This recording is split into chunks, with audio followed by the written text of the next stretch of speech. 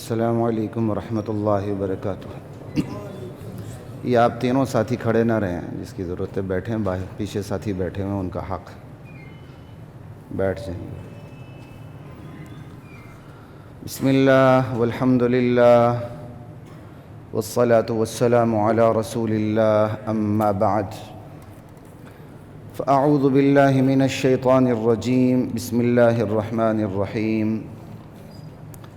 فما آمن لموسى إلا ذرية من قومه على خوف من فرعون وملئهم أن يفتنهم وإن فرعون لعال في الأرض وإنه لمن المسرفين۔ سورہ یونس ہے۔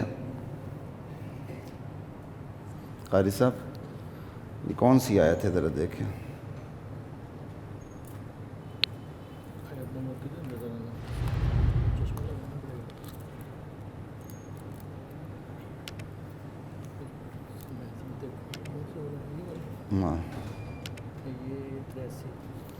آیت نمبر 83 سے ہے۔ یہ اصل میں 11ویں سپارے کا آخری ربع، آخری پاو ہے، اس کا دوسرا رکوع ہے۔ جس طرح سورہ نوح علیہ السلام کی سرگزشت کی سمری ہے، بس اسی رکوع کو موسیٰ علیہ السلام کی سرگزشت کی سمری سمجھ لیں۔ اس چھوٹے سے رکوع کے اندر امت کے عروج و زوال کے پیمانے ڈسکس ہوئے ہیں، اور آج کی ہمارے حالات پر یہ پورا رکوع اچھی طرح منطبق ہوتا ہوا نظر آتا ہے۔ اسی لیے آج کی اس نشست میں نے اس رکوع کا انتخاب کیا۔ فما آمن لموسیٰ الا ذریۃ من قومہ۔ موسیٰ علیہ السلام نے اتنی محنت کی، جلیل القدر پیغمبر، اولو العزم پیغمبروں میں سے ایک پیغمبر، جن کا ذکر قرآن میں سب سے زیادہ ہے کم و بیش۔ کہا موسیٰ علیہ السلام کی قوم میں سے چند لوگ ایمان لائے تھے بس۔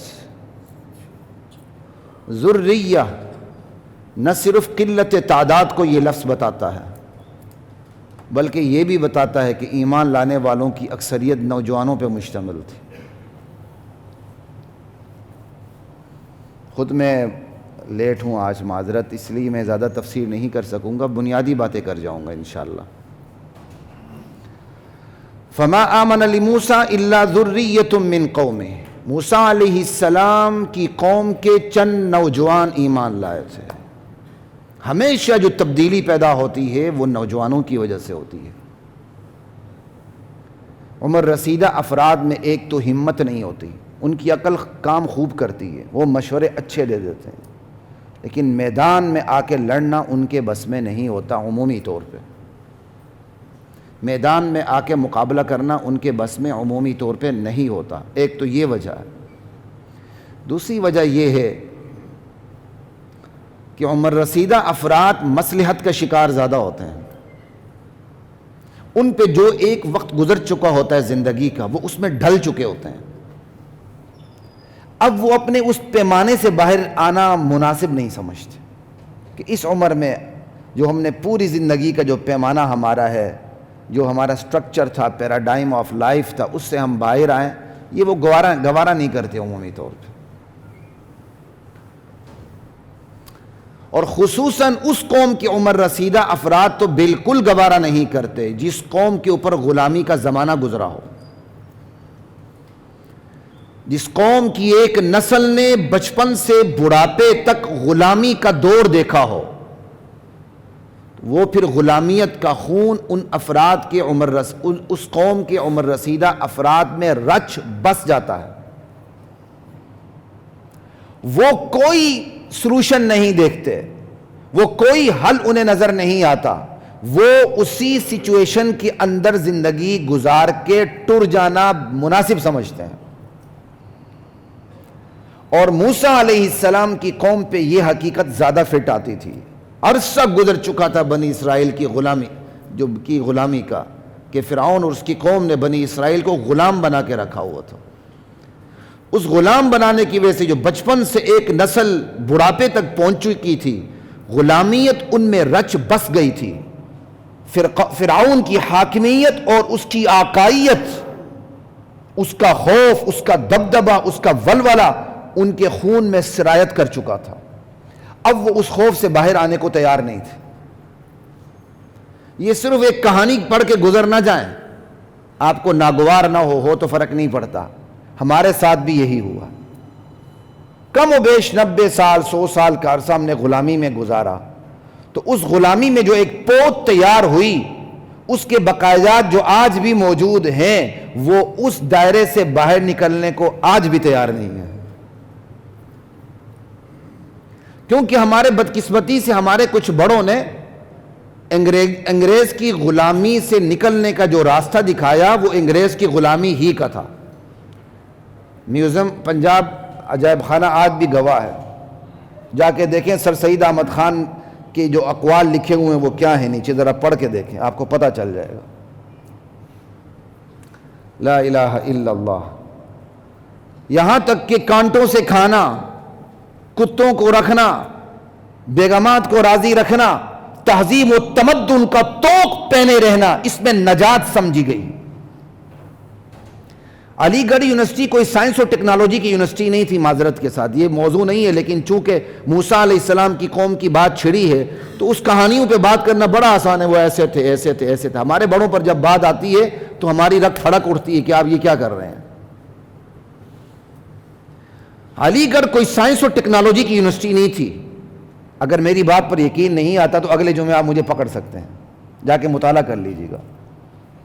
وہ انگریزی ادب آداب سکھانے کی ایک یونیورسٹی تھی، وہ کالے انگریز پیدا کرنے کی ایک یونیورسٹی تھی کہ ایک پود یہیں کی تیار ہو، اور وہی پود آج بھی ہے، وہی پود آج بھی ہے، اسی کا سٹرکچر، اسی کی میراث، اسی کا نظام آج بھی چل رہا ہے۔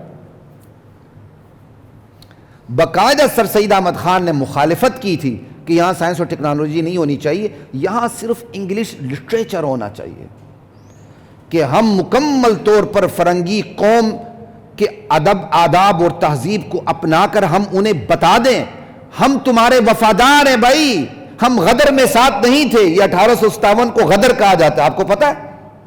یہ ایک الگ موضوع ہے، صرف یہاں اتنی سی بات چھیڑنا مقصد ہے۔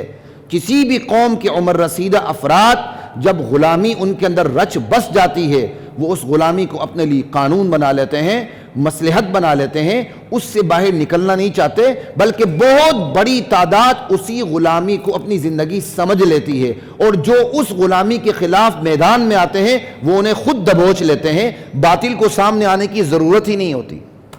کیونکہ 3 بڑے طبقے کسی قوم میں ہوتے ہیں، ایک طبقہ ہوتا ہے، بلکہ 4 سمجھ لیں، حق کے علاوہ 3 بڑے طبقے ہوتے ہیں۔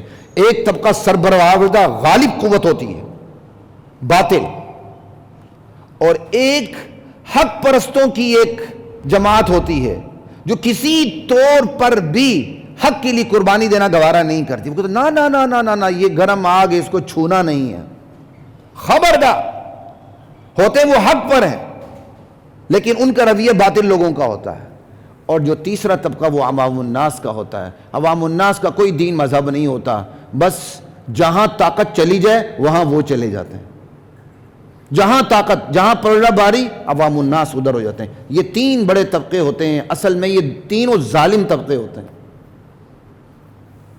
یہی ہے موسیٰ علیہ السلام کے ساتھ یہی ہوا۔ ایک فرعون کی طاقت، اس کے مقابلے میں بنی اسرائیل کے وہ عمر رسیدہ افراد جو موسیٰ علیہ السلام کو حق پر سمجھتے تھے اور چاہتے تھے موسیٰ علیہ السلام کی قیادت میں ان کو غلامی سے نجات ملے، لیکن وہ سوئی کی چبھن بھی برداشت کرنے کے لیے تیار نہیں تھے، بلکہ وہ اپنے نوجوانوں کو روکتے تھے کہ خبردار موسیٰ کے قریب نہ جاؤ، جان چلی جائے گی، جو کچھ ہے وہ رہا صاحب وہ بھی ختم ہو جائے گا، یہ تو مصلحت، حکمت، دانائی، وزڈم، گراؤنڈ ریالٹی کے خلاف ہے۔ دوسرا طبقہ یہ تھا۔ تیسرا عوام الناس تھا، انہوں نے تو دیکھنا تھا پلہ کہاں بھاری ہے، بس یہ تھی کل صورتحال۔ قرآن اس پوری سچویشن کے لیے صرف ایک لفظ، ایک جملہ لا رہا ہے، فما آمن لموسیٰ الا ذریۃ من قومہ علی خوف من فرعون وملئہم ان یفتنہم۔ موسیٰ علیہ السلام پہ ایمان لانے والی قوم چند نوجوان تھے بس، وہ جو چند نوجوان بھی ایمان لائے تھے وہ بھی ڈرتے ڈرتے ایمان لائے تھے. ڈر کس سے رہے تھے؟ یہ میں یہی بتا رہا ہوں کہ اس پوری سچویشن کو جو میں نے 10-15 منٹ لگا دیے قرآن کریم نے ایک جملے میں بیان کر دیا ہے کہ وہ موسیٰ علیہ السلام کے جو چند نوجوان بنی اسرائیل کے جو موسیٰ علیہ السلام پہ ایمان لائے تھے وہ بھی ڈرتے ڈرتے ایمان لائے تھے. ڈر کس سے رہے تھے؟ ایک تو فرعون کی طاقت سے ڈر رہے تھے اور دوسرا وَمَلَئِهِمْ اپنے قوم کے بڑوں سے ڈر رہے تھے. دیکھ لیا آپ نے یہ پوری 15 منٹ کی جو میں نے آپ کے سامنے تقریر رکھی بیان رکھا قرآن ایک جملے میں اپنے فصیح انداز میں بیان کر دیتا. صرف فرعون کا ڈر نہیں تھا اپنے ہی قوم کے بڑوں کا ڈر تھا. لا الہ الا اللہ. پھر ملائیم میں درباری بھی آ جاتے ہیں فرعون کی وہ الگ ہیں تفاسیر مختلف ہیں. اَن یفتنہم کہ کہیں انہیں فتنے میں نہ ڈال دیں تختہ مشق نہ بنا لیں. کیوں بھائی؟ ان فرعون لعال فی الارض فرعون بڑا زور آور تھا اپنی ریاست میں فرعون بڑا زور آور تھا. وَإِنَّهُ لَمِنَ الْمُسْرِفِينَ حق کی مخالفت میں فرعون حد سے بڑا ہوا تھا. اس کو میخوں والا ویسے تھوڑی کہا گیا کھڑے کھڑے مجرموں پر جن کو وہ مجرم سمجھتا تھا میخیں ٹھوک دیتا تھا. اتنے ظلم اور اتنی بربریت میں نبی نے حق کا علم بلند کیا. ایمان لانے والے چند نوجوان بس. اب یہ پوری موسیٰ علیہ السلام کی محنت کی سرگزشت ہے جو ایک جملے میں بیان ہو رہی ہے. بھائی پھر موسیٰ علیہ السلام نے اپنی قوم کو ہدایات کیا دی اس سے بچنے کے لیے؟ دیکھیں موسیٰ علیہ السلام نے تو دلائل بھی بتا دیے واضح تعلیمات بھی بتا دی ہیں معجزات بھی دکھا دیے سب کچھ دکھا دیے لیکن فرعون کے ظلم میں کمی نہیں آئی بلکہ فرعون کا ظلم اتنا بڑھ گیا کہ پہلے بنی اسرائیل غلام قوم کو اپنے عبادت خانوں میں جانے کی اجازت تھی لیکن جب موسیٰ علیہ السلام نے تحریک چلائی تو یہ اجازت بھی ختم ہو گئی. یک نہ شد دو شد تو قوم پکار اٹھی اوذینا من قبل ان تأتینا ومن بعد ما جئتنا. اے موسیٰ اے ہمارے نبی آپ کے آنے سے پہلے بھی ہم اذیت میں تھے آپ کے آنے کے بعد بھی ہم اذیت میں. سچویشن بدل نہیں رہی. تو وقت کے نبی نے کہا عسیٰ ربکم ان یہلک عدوکم کچھ بعید نہیں قریب ہے یہ بات اللہ تمہارے دشمن کو ہلاک کر دے پھر تمہیں خلیفہ بنائے اس سرزمین میں اس سرزمین کی امامت تمہارے سپرد کر دے. یہ وقت کا نبی ہوتا ہے جس کا اتنا جگرا ہوتا ہے کہ غلامی میں پسی ہوئی قوم ہے اور اس قوم کو کہہ رہے ہیں کہ تم انشاءاللہ امامت کے منصب پر فائز ہو جاؤ گے. یہ چھوٹی بات نہیں ہے یہ نبی کا جگرا ہوتا ہے. آج ہم منبر پر یہ ہمت نہیں کرتے خاندانی مسلمانوں کے درمیان کہ لوگ کیا کہیں گے. یہ نبی کا جگرا ہوتا ہے.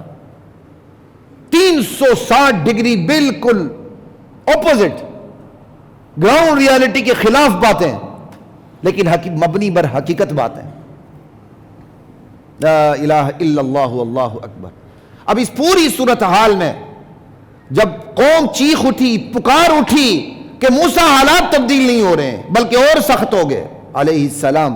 اب موسیٰ علیہ السلام اپنی قوم سے کہہ رہے ہیں یا قوم اے میری قوم کوئی بات نہیں عبادت خانوں پہ بھی جانے پہ پابندی لگ گئی آزادانہ عبادت بھی نہیں ہو رہی ہے فکر نہ کرنا. ان کنتم آمنتم باللہ فعلیہ توکلوا ان کنتم مسلمین. اگر تم اللہ پہ واقعی ایمان لا چکے ہو اور اگر واقعی تم اللہ کے فرما بردار بن چکے ہو اوتھ لے چکے ہو حلف لے چکے ہو تو صرف ایک کام کرو اس پہ توکل کرو بس. فعلیہ توکلوا. اس توکل میں صبر بھی آ جاتا ہے اس توکل پر نتیجہ اللہ کے ہاں سپرد کرنا بھی آ جاتا ہے. توکل کیا ہے؟ توکل کی 3-4 چیزیں مختصر طور پہ سمجھنے کی ضرورت ہے. ایک توکل یہ تدبیر کیا ہے؟ اسباب اپنانے کو تدبیر کہتے ہیں. آپ نے کوئی بھی کام کرنا اسباب اپنانے ہیں. آپ نے بچوں کو روزی روٹی دینی ہے آپ نے ملازمت کرنی ہے آپ نے تجارت کرنی ہے آپ نے زراعت کرنی کچھ کرنا یہ اسباب ہے.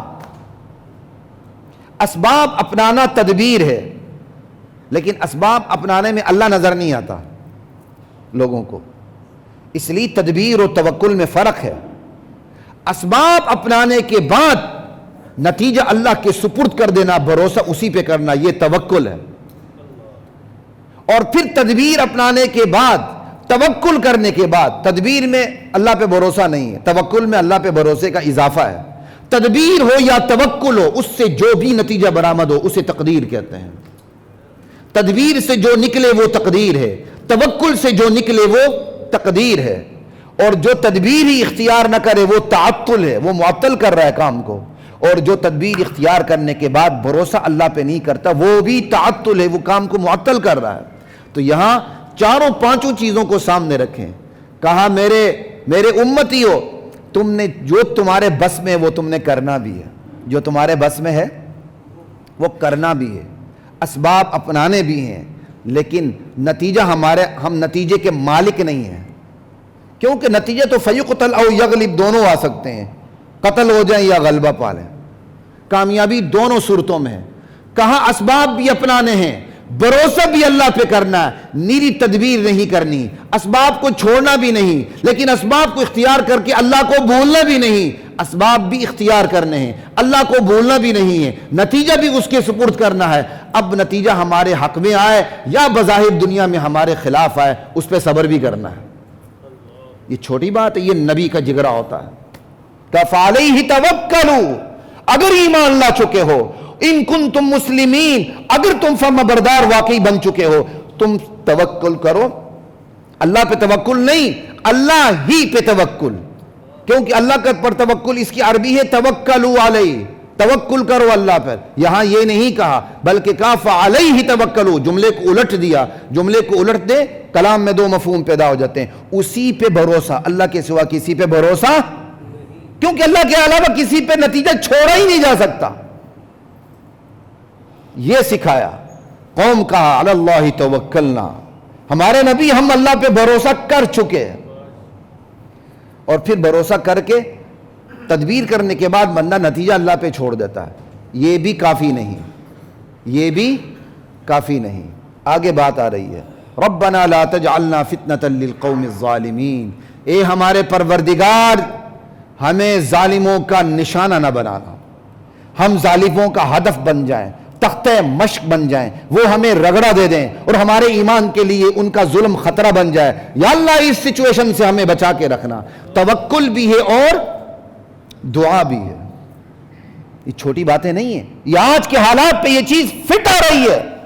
آپ کو IMF نظر نہیں آتا، آپ کو دنیا کے مالیاتی ادارے نظر نہیں آتے، آپ کو ورلڈ بینک نظر نہیں آتا، جو خناس اس ملک میں حکمران بنتا ہے وہ معیشت کا نعرہ لگا کے آتا ہے اور سودی معیشت پر اس قوم کو غلامی کے شکنجے میں کستا چلا جاتا ہے، چاہے وہ آج کا حکمران ہو چاہے وہ گزرا ہوا حکمران ہو، دونوں کے کرتوت ایک جیسے ہیں، اور یہ وہ صورتحال ہے جس صورتحال سے بنی اسرائیل دوچار تھی۔ ہم اس کو سمجھتے ہیں ہماری پارٹی آ گئی، اگلا غم میں آتا ہے میری پارٹی چلی گئی، دوسرا خوش ہوتا ہے میری پارٹی آ گئی۔ خدا کی قسم سچویشن وہی ہے جو موسیٰ علیہ السلام کی قوم کی تھی۔ ایک حکمران بتائیں جو سینہ تان کے کھڑا ہو کہ ہم سود نہیں لیں گے، ہمیں کسی اورنج ٹرین کی ضرورت نہیں، ہمیں کسی پرپل ٹرین کی ضرورت نہیں، ہمیں کسی موٹر وے کی ضرورت نہیں، ہم گھاس کھا لیں گے، چھان بورا کھا لیں گے، لیکن اللہ اور اس کے رسول سے ہم جنگ کرنے کے لیے تیار نہیں ہیں۔ ہم پوری دنیا سے لڑ لیں گے، اپنے آپ کو ختم کر دیں گے، فنا کر دیں گے، لیکن اللہ اور اس کے رسول سے جنگ کرنے کے لیے ہم تیار نہیں ہیں۔ کون ہے مجھے بتائیں ایک بھی؟ یہاں طاقتیں ہیں، جس کو لانا چاہیں ڈرائی کلین پلانٹ سے گزار کے لے آتے ہیں، جس کو اتارنا چاہیں اور اس طرح بدماشی سے اتارتے ہیں، وہ اس کو بے وقت بنا کے رکھ دیتے ہیں۔ یہاں کوئی کسی کا نہیں، نہ کوئی قائد کسی کا، نہ کوئی پارٹی کسی کی ہے، نہ میں اور آپ کسی کے ہیں۔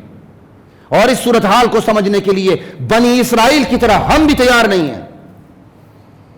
لا الہ الا اللہ، ہم اپنے اپنے قائدین کے کارنامے دکھاتے ہیں تو سود پر مشتمل کارنامے دکھاتے ہیں مسلمان ہوتے ہوئے۔ یہ ہماری حالت ہے۔ ایک تو ہو نا بندے کو شعور ہو، یہ قوم ہی بے شعور ہے، اس قوم کو سمجھانا ہی مشکل ہے۔ وہ سمجھتی بس ہم تو ایٹمی پاور ہیں، سب کچھ ہمارے پاس ہے۔ سنیے، ربنا لا تجعلنا فتنة للقوم الظالمین، یا اللہ ہم تختہ مشق نہ بنانا، ہم ہدف بن جائیں۔ ایک ترجمہ، دوسرا ترجمہ، یا اللہ ہمیں ظالموں کے لیے فتنہ نہ بنانا، کہ ظالم ہماری کسی غلط حرکت سے جو ہم سے غلطی سے ہو جائے یا جان بوجھ کے ہو جائے، کسی غلط حرکت سے وہ ہمارے خلاف غلط شگون لے لیں اور غلط تصور لے لیں کہ یہ تو ویسے ہی دین کا نام لیتے ہیں. لا الہ الا، ہم سے کوئی ایسی حرکت سرزد نہ ہو کہ باطل قوتوں کی شر میں مزید اضافہ ہو جائے، وہ کہیں یہ ہے ہی غلط. کیونکہ باطل دینی تحریکیں چلتی ہیں تو اس میں ہر قسم کے لوگ ہوتے ہیں، ان سے غلطیاں بھی ہوتی ہیں، پھر باطل قوتیں ان غلطیوں کو پکڑ کر اس کو فوکس کرتی ہیں، فوکس کر کے لوگوں کو بتاتی ہیں دیکھو ان کی اوقات یہ ہے. اس کا نتیجہ کیا ہوتا ہے؟ عام آدمی دینی قوتوں سے متنفر ہو جاتا ہے.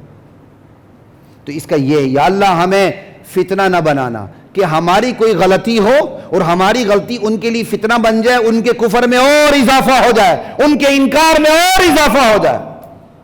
خدا کی قسم اتنا کلاسیکل یہ آیات رکوع ہے، بندہ حیران ہو جاتا ہے پڑھ کے. ربنا لا تجعلنا فتنة للقوم الظالمین ونجنا برحمتک من القوم الکافرین. یا اللہ کافروں کے ظلم سے ہمیں نجات عطا فرما. توکل بھی ہے، صبر بھی ہے، دعا بھی ہے. ابھی بات ختم نہیں ہو رہی، آگے چلیں. وَأَوْحَيْنَا إِلَى مُوسَى وَأَخِيهِ، ہم نے اپنے نبی موسیٰ اور اس کے بھائی جو اس کو بھی ہم نے موسیٰ کی سفارش پہ ہی نبی بنایا تھا علیہ السلام، ہارون کی طرف یہ وحی بھیجی. أَن تَبَوَّآ لِقَوْمِكُمَا بِمِصْرَ بُيُوتًا وَاجْعَلُوا بُيُوتَكُمْ قِبْلَةً. کیونکہ فرعون نے آزادانہ عبادت تک پہ پابندی لگا دی تھی. کہا کچھ نہیں ہوتا، کچھ گھروں کو مخصوص کر لو عبادت کے لیے. وہ یہی سمجھا گیا کہ یہ گھر ہیں، لیکن ان گھروں کے اندر بیت المقدس کی طرف رخ کر کے نماز پڑھو، اس کو مرکز بنا لو. وہاں گرد و پیش کے جو نمازی ہیں مسلمان وہ اکٹھے ہو جائے کریں، باجماعت نماز پڑھیں اور پھر باہم مشورہ کریں اور اپنے اندر وحدت پیدا کریں، اقامت دین کے لیے کام کریں. یہ مسجدوں میں کام ہو رہا ہے جی. وہ مسجدیں بھی کون سی جو گھر ہیں، باہر سے گھر ہے اندر خفیہ مسجدیں ہیں. اور ٹکر کس سے لے رہے ہیں؟ فرعون کی طاقت سے. یہ مذاق لگ رہا ہے؟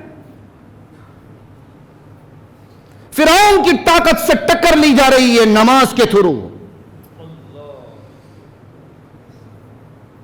امریکہ جب شروع میں افغانستان میں آیا تو میں نے ایک دفعہ بددعا کروائی تو ایک ساتھی نے کامنٹ پاس کیے، جی خطیب صاحب نے بددعا کر دی، امریکن میزائل میں کیڑے پڑے ہی پڑے. خدا کی قسم پڑ ہی گئے.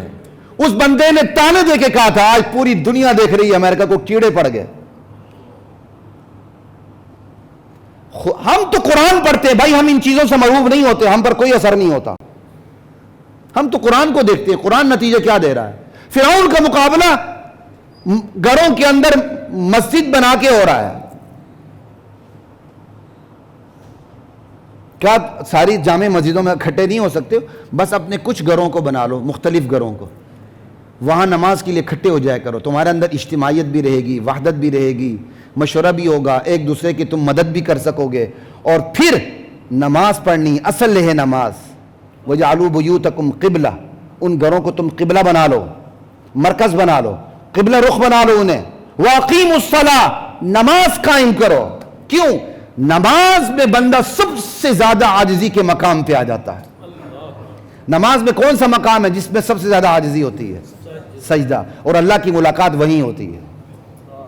جب بندہ مقام عجز پر آتا ہے پھر اللہ اپنے بندے سے ملاقات کرتا ہے. اللہ کی ملاقات اللہ ذوالجلال کی قسم عاجزی کے مقام کے علاوہ کہیں بھی نہیں ہوتی ہے.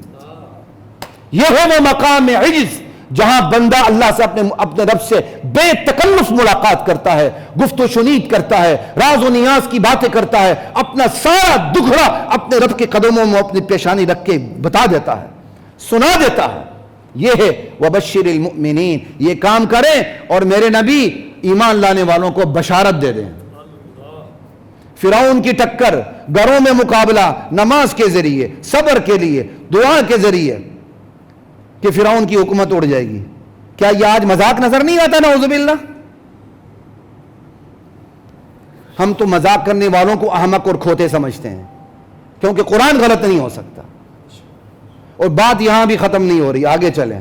توکل ہے، صبر ہے، دعا ہے، اقامت صلاح ہے، گھروں کو مرکز بنانا ہے، بات ختم نہیں ہو رہی، آگے دیکھیں. وقال موسیٰ علیہ السلام بھی محنت کرتے کرتے کرتے کرتے کرتے اس مقام تک پہنچ چکے تھے جہاں انہیں یہ ان کی وزڈم نے بتا دیا تھا کہ قوم کی مہلت اختتام کو پہنچ چکی ہے. اللہ تعالیٰ اپنے نبی کے دل میں وہ بات ڈال دیتے ہیں کہ اللہ جو کہنا چاہتے ہیں وہ نبی اپنی زبان سے کہنے لگتا ہے. اب خدائی فیصلے کا وقت آ پہنچا تھا کہ بنی اسرائیل فرعون کی قوم کا تمام کر دیا جائے اور بنی اسرائیل کو امامت کے منصب پر فائز کر دیا جائے. امامت کے منصب پر وہ فائز ہو رہی ہے جس نے آپ کی بڑی بڑی اکیڈمیز میں تعلیم حاصل نہیں کی، اپنے گھروں کے اندر قبلہ بنا کے نمازیں پڑھی ہیں، صبر سے کام لیا، توکل سے کام لیا، دعا سے کام لیا. کہ انک ربنا، اے ہمارے پروردگار، انک آتیت فرعون وملأہ زینۃ واموالا فی الحیاۃ الدنیا، اے ہمارے پروردگار دنیا کی زندگی میں تو نے فرعون کو اور اس کی کیا کہتے ہیں حواریوں کو مولا تو نے مال دیا، دنیا کی رونقیں دیں، دنیا کی آسائشیں دیں، دولت کے انبار یا اللہ تو نے لگا دیے. چاہیے تو یہ تھا کہ وہ تیرا شکر کریں، لیکن مولا انہوں نے اپنی دولت سے تیرے راستے سے ہٹانے کا کام لیا. ربنا لیضلوا عن سبیلک، چونکہ مولا ان کے مال، ان کی دولت، دنیا کی رونقیں، یہ آسائشیں تیرے راستے سے ہٹانے کا سبب بنی ہیں. ربنا طمس علی اموالہم، مولا ان کے مالوں کو تباہ و برباد کر دے. واشدد علی قلوبہم، مولا میں نے سمجھانے کی حد کر دی ہے، بس اب ان کے دلوں کو سخت کر دے. فلا یؤمنوا حتی یروا العذاب العلیم، یہ ایمان ہی نہ لائیں جب تک کہ عذاب کو نہ دیکھیں. عذاب دیکھ کے ایمان لائیں گے تو وہ تُونے قبول ہی نہیں کرنا. یہ تھا وہ خدائی فیصلہ جو نبی کی زبان سے ادا کروایا گیا. تو یہاں کتنی چیزیں ہوئیں، توکل، صبر، دعا، اقامت صلاح، گھروں کو مرکز بنانا، اور بد دعا بھی. کیا ہے؟ یا اللہ فرعون کے میزائلوں کو کیڑے لگا دے، یہ بد دعا ہے. صرف دعا نہیں، بد دعا بھی. اب یہ خلاصہ نکل رہا ہے، یہ سارا یہ بنی اسرائیل جو ایمان لانے والے چند مٹھی بھر لوگ تھے، جب انہوں نے یہ کام کیا اپنے نبی کی امامت میں، رہنمائی میں، تو پھر کیا ہوا؟ سارا قصہ اللہ تعالیٰ درمیان سے ختم کر رہے ہیں. کہ قال قد اجیبت دعوتکما، میں نے اپنے دونوں نبیوں سے کہہ دیا، دونوں سگے بھائیوں سے، موسیٰ علیہ السلام اور ہارون علیہ السلام، بھائی ہو تو ایسے ہوں. دونوں سگے بھائیوں سے کہا تم دونوں کی دعا قبول کر لی ہم نے. دعا سے مراد بد دعا، کیونکہ عربی میں دعا دونوں کے لیے لفظ استعمال ہوتا ہے. آگے جو پریپوزیشن کا فرق ہوتا ہے، جس طرح انگلش میں ہے اس طرح عربی میں بھی پریپوزیشن ہوتی ہے لہو اور علی. لہو آ جائے تو وہ دعا ہوتی ہے، علی ہو جائے تو وہ بد دعا ہو جاتی ہے. قال قد اجیبت دعوتکما فاستقیما، تمہاری بد دعا قبول کر لی گئی، لیکن اب تم نے ثابت قدمی مزید دکھانی ہے. اس ثابت قدمی پہ قائم رہو. ایسا نہیں ہوا بد دعا قبول ہو گئی فوراً میزائل گرنے شروع ہو گئے. مفسرین نے یہاں تک لکھا ہے کہ فرعون کو گرنے میں مزید 40 سال لگے. اب خدا کو معلوم کتنا، لیکن فوراً کام نہیں ہوا. ہم سمجھتے ہیں فوراً کام ہو جائے. خدا کے ہاں سزا سے پہلے مہلت کا قانون چلتا ہے. مکافات عمل سے پہلے قانون مہلت کام کر رہا ہوتا ہے، تب جا کے مکافات عمل شروع ہوتا ہے. قال قد اجیبت دعوتکما فاستقیما ولا تتبعان سبیل الذین لا یعلمون، جو لوگ جانتے نہیں، جاہل ہیں، ان کی پیروی نہیں کرنی.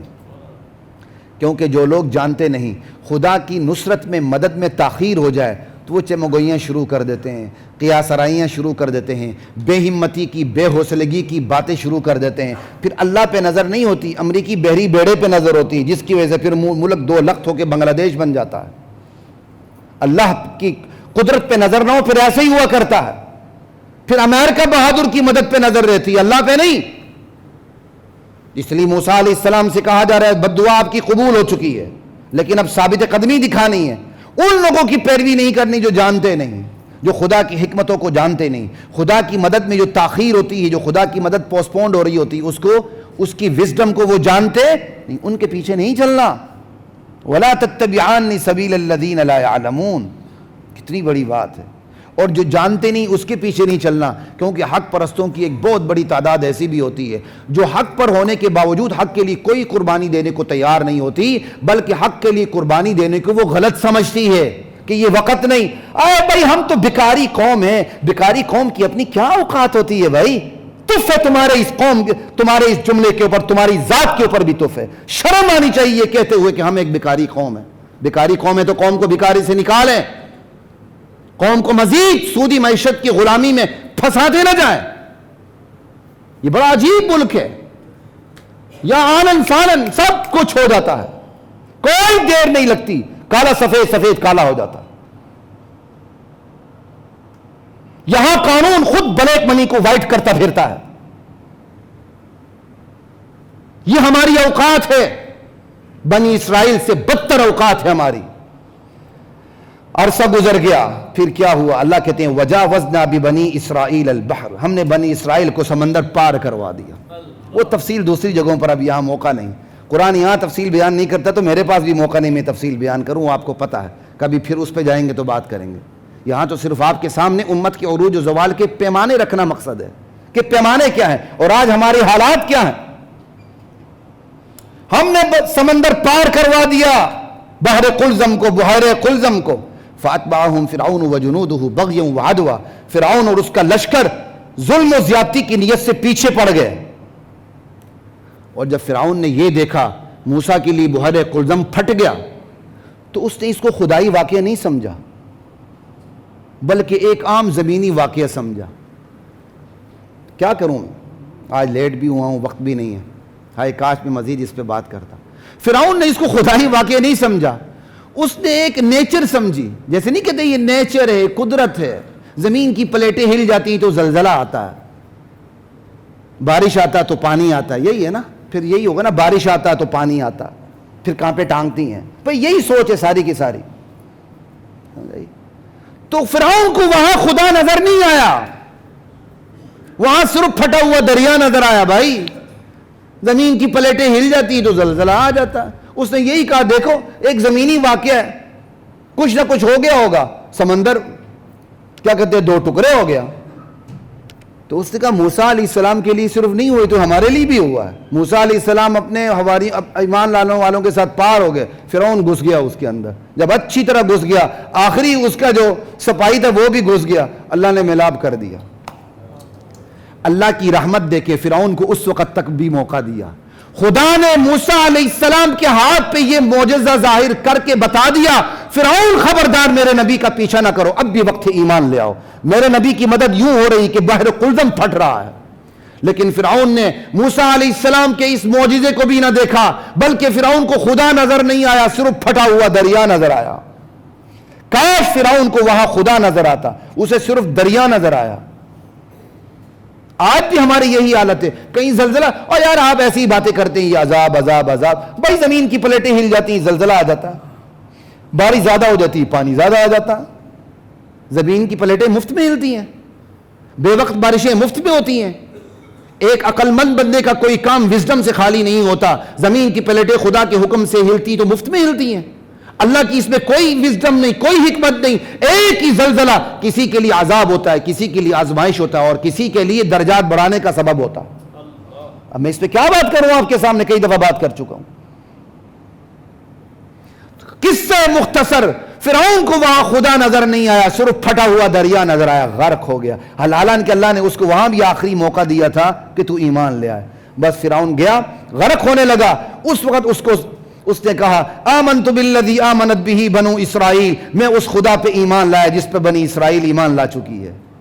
اللہ کی طرف سے آواز آئی الآن آپ ایمان لا رہے ہو، وقد عصیت من قبل، اس سے پہلے تو تیری پوری زندگی نافرمانیوں سے اٹی بری ہے اور دیکھا ایمان قبول نہیں. وکنت من المفسدین فالیوم ننجیک ببدنک لتکون لمن خلفک آیہ، آج ہم تیرے بدن کو نجات دے رہے ہیں. بھائی سمندر سے کس کی لاش نکل ہے؟ صرف فرعون کی لاش نکلی. بس وہ نکل کے بھی بلندی پہ ہو گئی، سب دیکھ رہے تھے اپنے قائد کو. ماشاءاللہ کیسی زبردست لاش ہے، تاکہ ہم عبرت بنا دیں اس کو. بھائی لگے ہوئے ہیں کہ جی فرعون کی لاش آج بھی لندن میں پڑی ہوئی ہے. بھائی وہ فرعون میں سے ایک فرعون ہے. مصر کا ہر بادشاہ اس کا لقب فرعون ہوا کرتا تھا. یہ قرآنی فرعون ہونا ضروری نہیں ہے. قرآن نے اتنا ہی کہا ہم تیری لاش کو نجات دے کے باہر لے آئیں گے، لوگوں کے لیے تو عبرت بن جائے گا. وہ آج بھی عبرت بنا ہوا ہے. اس کا وہ قرآنی فرعون ہونا ضروری نہیں. آج اگر اس کی لاش کو مسخ کر دیا جائے پھر قرآن کی آیت پہ حرف آئے گا. قرآن نے تو خیر ایسی کوئی بات نہیں کی کہ قیامت تک تیری لاش کو بچا کے رکھیں گے. وہی لوگوں نے مسکنسیپشنز پھیلائی ہوتی ہیں, ایسی ان چیزوں کے پیچھے نہ جایا کریں. وَإِنَّ كَثِيرًا مِّنَ النَّاسِ عَنْ آيَاتِنَا لَغَافِلُونَ. ہمارے قدرت کے نشان تو یہ ہیں کہ جو بے سر و پا لوگ کیا کہتے ہیں, جو بے وسائل ہوتے ہیں, ہم ان کو فرعونی طاقتوں سے ٹکروا کے انہیں غلبہ دے دیتے ہیں. لیکن ہماری یہ نشانیاں بہت کم لوگوں کو نظر آتی ہیں, وہ صرف زمین کی پلیٹیں ہلتی ہوئی نظر آتی ہیں بس.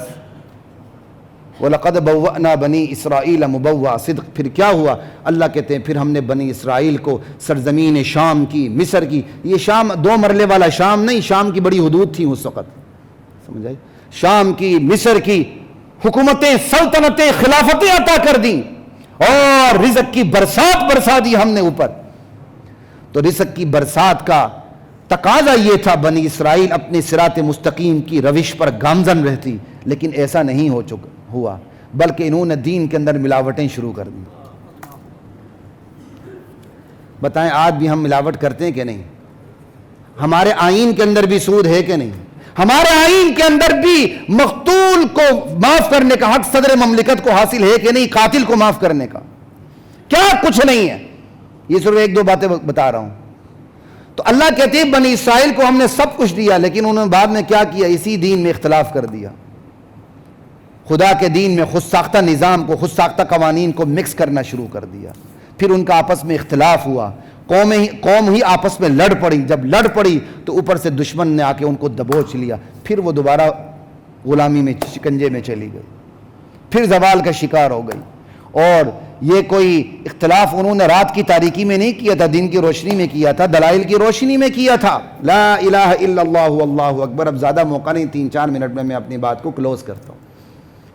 آپ نے دیکھ لیا موسیٰ علیہ السلام کی محنت, پھر موسیٰ علیہ السلام کی ہدایات, توکل بھی ہے, صبر بھی ہے, استقامت بھی ہے, دعا بھی ہے, بد دعا بھی ہے, اقامت صلاح ہے. فرعون کے لشکر کا مقابلہ گھروں کے اندر نماز پڑھنے کے ذریعے ہے, اور پھر اللہ نے بد دعا قبول بھی کر لی. درمیان میں بھی ایک طویل عرصہ گزرا مہلت کا کہ قوم اب بھی سمجھ جائے, یہاں تک کہ غرق ہونے سے پہلے بھی فرعون کو ایمان لانے کا موقع اللہ نے دیا. اللہ تو رحمان و رحیم ہے. پھر فرعون کی پوری ذریت غرق ہو گئی, موسیٰ علیہ السلام بچ گئے, سرزمین مصر میں, شام میں خلافت ملی. تقاضا یہ تھا, اور رزق کی فراوانی ہوئی, تقاضا یہ تھا یہ روش پہ قائم رہتے, لیکن پھر یہ روش پہ قائم نہیں رہے. ہمیں ملک ملا, تقاضا یہ تھا کہ اس ملک میں اللہ کا نظام آتا, جس کا نعرہ لگایا گیا تھا, وہ نہیں آیا. وہ ایک پیکج تھا پورا کا پورا, وہی فرنگی نظام, دیوانی نظام, فوجداری نظام, انتظامی نظام, یہ سارا کا ذرا من وان ہم نے قبول کر لیا. اور پھر کہتے ہیں کہ جی تبدیلی نہیں آتی تبدیلی. گھبرائیں نہ گھبرائیں, دونوں صورتوں میں تبدیلی نہیں آتی بھائی, نہیں آتی اس طرح. یہاں ہمیشہ جب بھی صورتحال خراب ہوتی ہے, حضرات محترم یاد رکھیے, افراد کو گالی پڑتی ہے, نظام صاف بچ نکلتا ہے. یاد رکھیے, پلے کی پلے باندھ لیں اس حقیقت کو. آخری باتیں آپ کے ساتھ کر رہا ہوں. یہاں جب بھی صورتحال ملکی سطح پہ خراب ہوتی ہے, افراد کو گالیاں پڑتی ہیں, لیکن نظام صاف بچ نکلتا ہے. اس سے بھی زیادہ صاف بچ نکلنے والے نظام کو چلانے والے خفیہ ہاتھ نکلتے ہیں. یہ ہمارے اس ملک کی بدقسمتی ہے. فرد یا اس کی تعریف ہوتی ہے یا اس کو گالیاں پڑتی ہیں, مرضی ہو مجرم اوپر آ جاتا ہے, مرضی ہو جو اوپر بیٹھا ہوتا ہے وہ مجرم بن جاتا ہے. نظام کو کوئی برا بلا نہیں کہتا. نظام کو چلانے والے جو خفیہ ہاتھ ہیں ان کی طرف کسی کی نظر نہیں آتی. نظام بھی فرشتہ, نظام کو چلانے والے خفیہ ہاتھ بھی فرشتہ, گندا بندہ ہوتا ہے. اس سے بڑی ہماری کیا بدقسمتی ہے. اور یہ بے شعوری ہماری اس لیے ہے, ہم نے قرآن سے سیاست نہیں لی, قرآن سے وزڈم نہیں لی, قرآن سے دانائی اور حکمت نہیں لی. قرآن کھول کے ہم نے امت کے عروج و زوال کو نہیں دیکھا کہ امت زوال میں کب پڑتی ہے, امت کو عروج کا بتا ہوتا ہے. رمضان میں قرآن ملا, پھر بھی ہم قرآن کھول کے اس کا ترجمہ پڑھنے کو تیار ہی نہیں ہیں. کتنے مسلمان ہیں سینے پہ ہاتھ رکھ کے بولیں کہ وہ قرآن کا انہوں نے زندگی میں پورا ترجمہ کبھی پڑھا ہو, جو پہلا سورس ہے ہمارا, اول و آخر سورس ہے, لا ریب فیہ سورس ہے. کتنے مسلمان ہیں سینے پہ ہاتھ رکھے بولیں کہ انہوں نے قرآن کا پورا ترجمہ ایک بار زندگی میں پڑھا ہے. پھر کہیں تبدیلی آئے گی, آپ گھبرائیں یا نہ گھبرائیں, نہیں آتی تبدیلی اس طرح.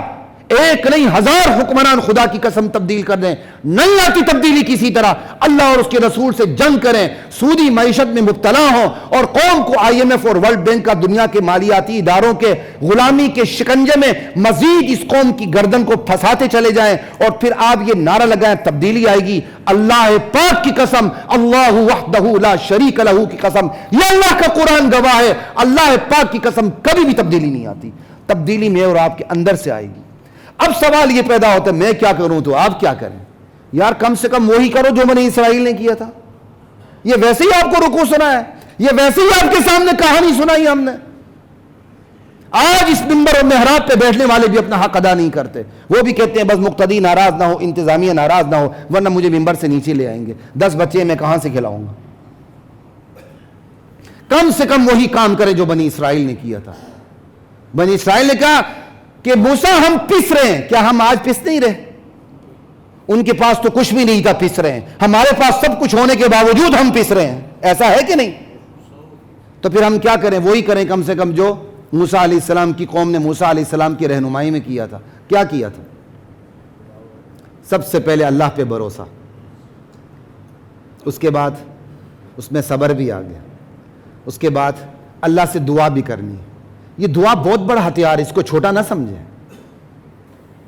دعا بھی کرنی، سمجھ آئی بات کی؟ اس کے بعد مسجدوں میں اتنا تو الحمدللہ ہے نا کہ ہم مسجدوں میں آ کے نماز پڑھ سکتے ہیں، نماز پہ زور دیں اور اللہ سے تعلق کو اختیار کریں، اللہ سے مانگیں یا اللہ میرے ہاتھ میں کچھ بھی نہیں، تبدیلی لانے والا تو ہو بس۔